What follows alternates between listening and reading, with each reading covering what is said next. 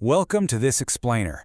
Today, we are unpacking what is easily one of history's greatest accidental discoveries, the Dead Sea Scrolls. And look, this isn't just some dry, dusty history lesson. This is a full-blown archaeological thriller. We're talking ancient secrets, literally priceless artifacts, and a frantic race against time that completely reshaped our understanding of the ancient world. Let's dive right in. All right, I want you to picture this. It's 1947. We're in the rugged, sun-scorched cliffs of Qumran, right near the Dead Sea. A Bedouin shepherd named Mohammed Ed-Dib is just out wandering the rocky terrain. He casually tosses a stray rock into a dark, narrow cave opening. But instead of a dull thud against the dirt, he hears this unmistakable, sharp sound of shattering pottery. That single echoing crack in the desert? Yeah, that would end up echoing through the entire historical and scientific world, kicking off our whole story. So what did the shepherd actually find? He found ancient, weathered leather scrolls, carefully wrapped in linen. But he had absolutely no idea what their historical worth was. $150. That is literally all it cost for Metropolitan Samuel of St. Mark's Monastery to purchase these artifacts after they were dragged down to a local market in Bethlehem. Just $150 for what we now consider priceless treasures of human history. The staggering difference in value there is it's mind-blowing. Now this kicked off an incredibly tense handoff. On one side, you have religious figures like Metropolitan Samuel, who firmly believed in the antiquity of the scrolls, but was facing intense skepticism from early critics. People were doubting him, so the academic world steps in. Samuel reached out to scholars, including Professor Sukenik of the Hebrew University and Dr. John Trevor at the American School of Oriental Research. This was a super tense period of authentication. Imagine these incredibly delicate documents passing from the harsh desert to antique dealers, to monks, and finally ending up under the intense magnifying glasses of academic experts.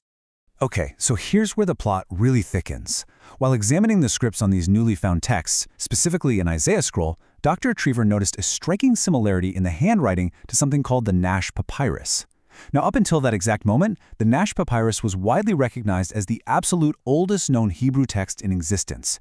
Trevor's heart must have been pounding out of his chest when he realized these new scrolls didn't just match the Nash Papyrus, they might actually predate it.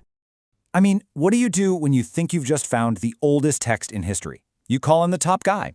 Dr. Trevor rushed photographs of the scrolls over to Dr. William Albright in the United States. On March 15, 1948, Albright wrote back, and he was absolutely astounded. He definitively validated the find, confirming they were indeed older than the Nash Papyrus. It was this massive eureka moment that sent shockwaves through the global scientific community. But this realization also triggered an immediate, terrifying crisis. If there were incredibly valuable ancient scrolls sitting in one random cave, were there more? And, more importantly, could the archaeologists get to them before local looters destroyed the evidence? Part 1. The Race to Cave 1. So, to find and secure the original cave site, an official expedition, prominently led by Father Roland DeVoe, was hastily thrown together in early 1949. But when the team finally reached Cave 1, their hearts just sank. As you might guess from the story so far, the cave had been heavily looted, massive disruption to the site. But, and this is why archaeological persistence totally pays off, the team successfully recovered what the looters had left behind. They painstakingly sifted through the debris and found hundreds of small parchment fragments, ancient linen wrappers, Roman lamps, and broken pottery. These physical items were absolutely critical because they definitively proved the authentic, ancient origins of the scrolls that Metropolitan Samuel had bought. What started as a search of a single cave quickly turned into an all-out archaeological sweep across the entire Qumran cliff face. 1949 gives us Cave 1, sure, but the search just exploded from there, turning into this highly competitive, massive treasure hunt. In February 1952, Cave 2 is found. Then, in September 1952, the monumental discovery of Cave 4. And it just kept going. You had international scientists and Bedouin tribes scouring the desert all the way up to Cave 11 in 1956. Now, I really want to pause on that September 1952 date for a second. Cave 4 is often called the Mother Lode, and for very good reason. When Father DeVos and scholar J.T. Millick finally pinpointed this specific cave, which was located right near the Qumran ruins, it completely changed the game. It yielded a staggering treasure trove. We are talking about tens of thousands of scroll fragments, which experts had to puzzle together to form hundreds of different manuscripts.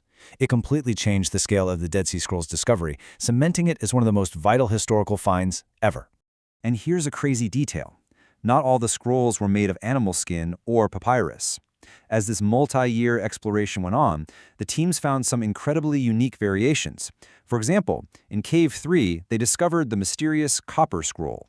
Unlike the religious parchment texts, this one was etched directly into thin sheets of copper, and it reads almost like an ancient treasure map, literally listing locations of hidden gold and silver. It just goes to show the incredible diversity of what was being protected in these desert vaults.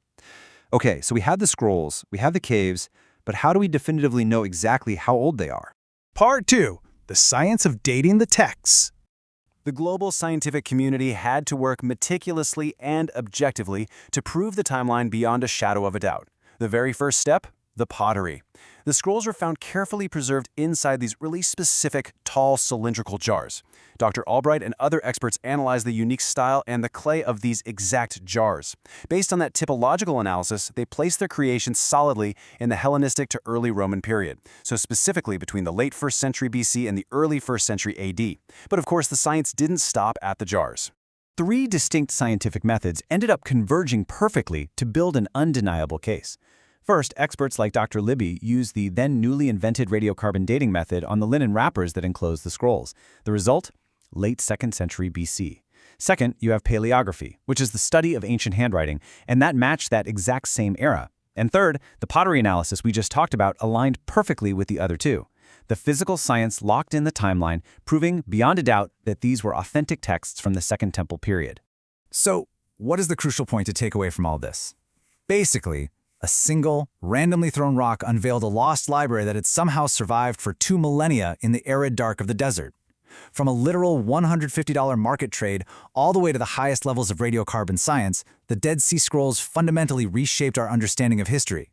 But, I want to leave you with a sense of wonder here. The Judean desert is incredibly vast. If a wandering shepherd could accidentally stumble upon the greatest archaeological find of the 20th century, what other monumental history might still be out there, buried under the sands, just waiting to be found? Thank you so much for exploring this fascinating journey with me. Stay curious and keep learning.